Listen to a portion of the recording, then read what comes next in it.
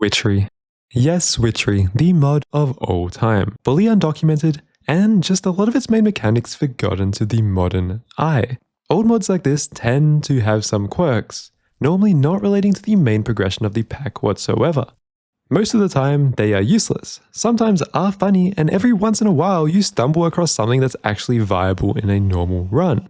And this one, well, this one solves a very real Steam Age problem.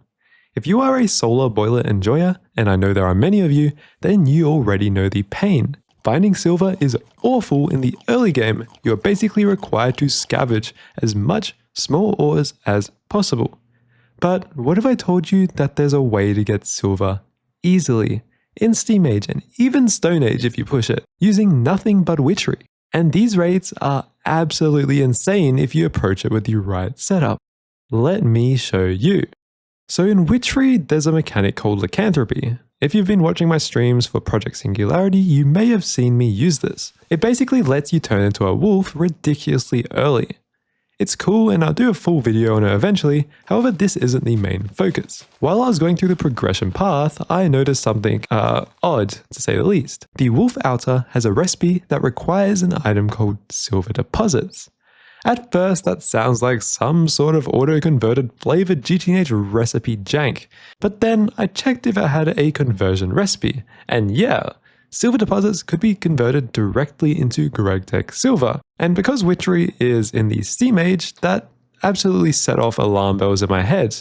But how could we actually obtain this silver? So I went digging through old forums, abandoned wiki pages, and half-forgotten posts from 2014. And that's when I found it. A block called the Silver Vat. And this thing is really weird. First off, it's ridiculously cheap to craft. Using it is conceptually simple. You attach a silver vat to a side of a furnace, up to 4 vats per furnace, and then whenever a furnace outputs a gold ingot, each vat has a chance to generate a silver deposit. Here is the important part. The furnace only needs to output a gold ingot, so it doesn't actually matter what you smelt to get there. This already implies something dangerous. If you smelt gold dust into an ingot, macerate it back into a dust, and then resmelt it again, you've just created an infinite silver loop. Wow, using one steam machine. When the gold is smelted, the vats slowly accumulate these silver deposits, which you can then right-click and craft directly into silver dust. No mining, no world gen, just time. You can just let it sit there. So the obvious question is, how do we actually automate this? Well, ideally we want this to work in Steam Age because that's when silver actually matters. Unless of course this turns out to scale into something absurd, but let's stay grounded for now. That could surely never ever happen. And while recording this, I just happened to come across another bug. Look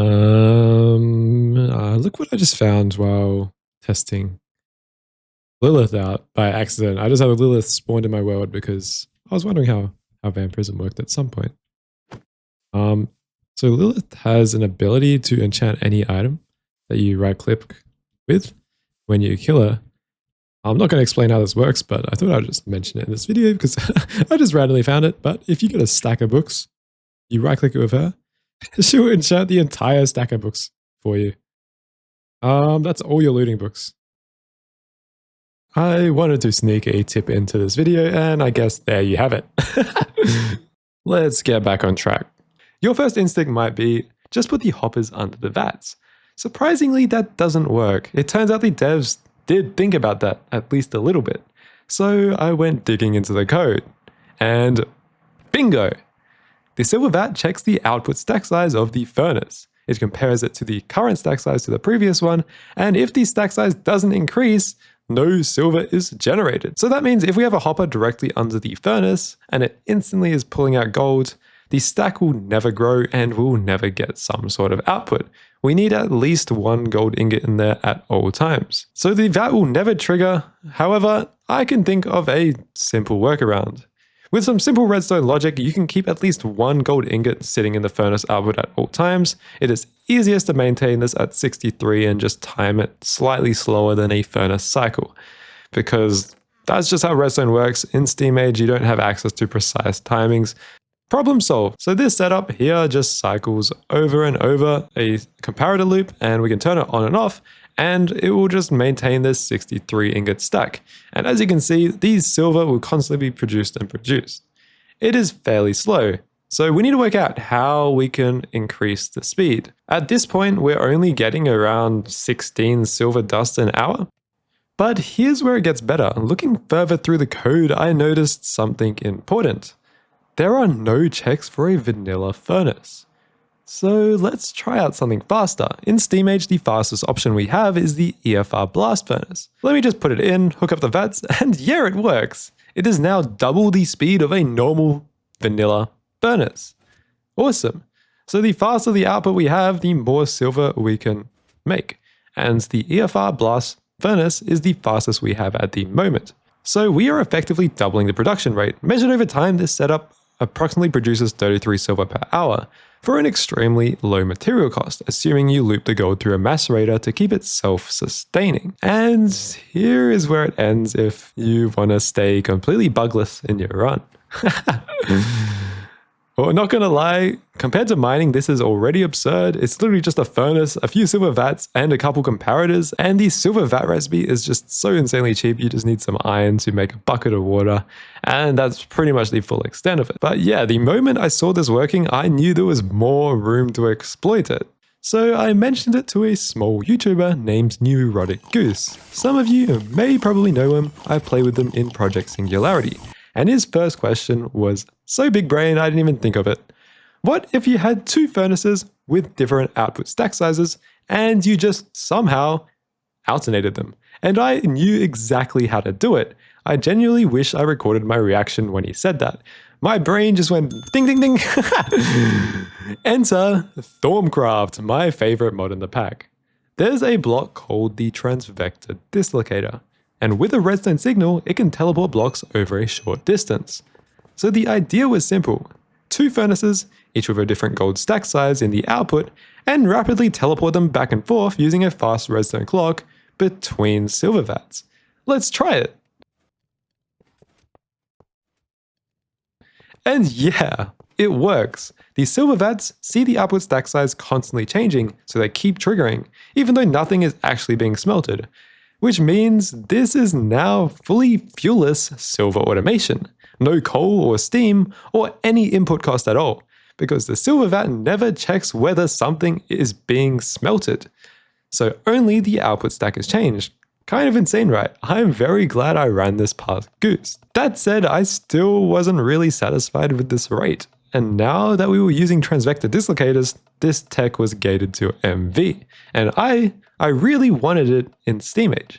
However, I knew there was one more flaw in the system that had the potential to be exploited. For context, here is the full code. I'm sure a dev is watching this and already searched it up. Hello Cetus, I hope you are well. Enjoy your free PR. I don't think anyone knew about this. I didn't mention it, but when I was looking for a vanilla furnace check, I already knew it could work in any machine that satisfied certain conditions. And here is the line of code that performs the check. That probably doesn't make any sense to you. But at the end of the day, it basically means that if we can find some sort of inventory that has an output slot where a gold ingot can be stored and you can't insert into it directly, we have the perfect thing that can produce infinite silver. Ideally, it will be some machine that doesn't have any processing time, like a filter or a super chest, something along those lines that just happen to move the gold into an output slot without any processing and change the stack size. And we can manipulate that to get some truly insane rates. So we just had to find a block that did that. Well, me being myself, my first thought was to try a LV fluid solidifier for molten gold just to test if it worked with other things. Surprisingly, this didn't work and it almost ruined my motivation to try find something. So I immediately just kind of threw GT machines off the table. I did try quite a few, like a lot of the filters and stuff, but none of them worked, as you could just didn't work. Then I spent ages to no avail finding anything that could work. And that's when I consulted Mr. Soycake himself to try help me and find something ideally that would work in SteamAge. And we managed it.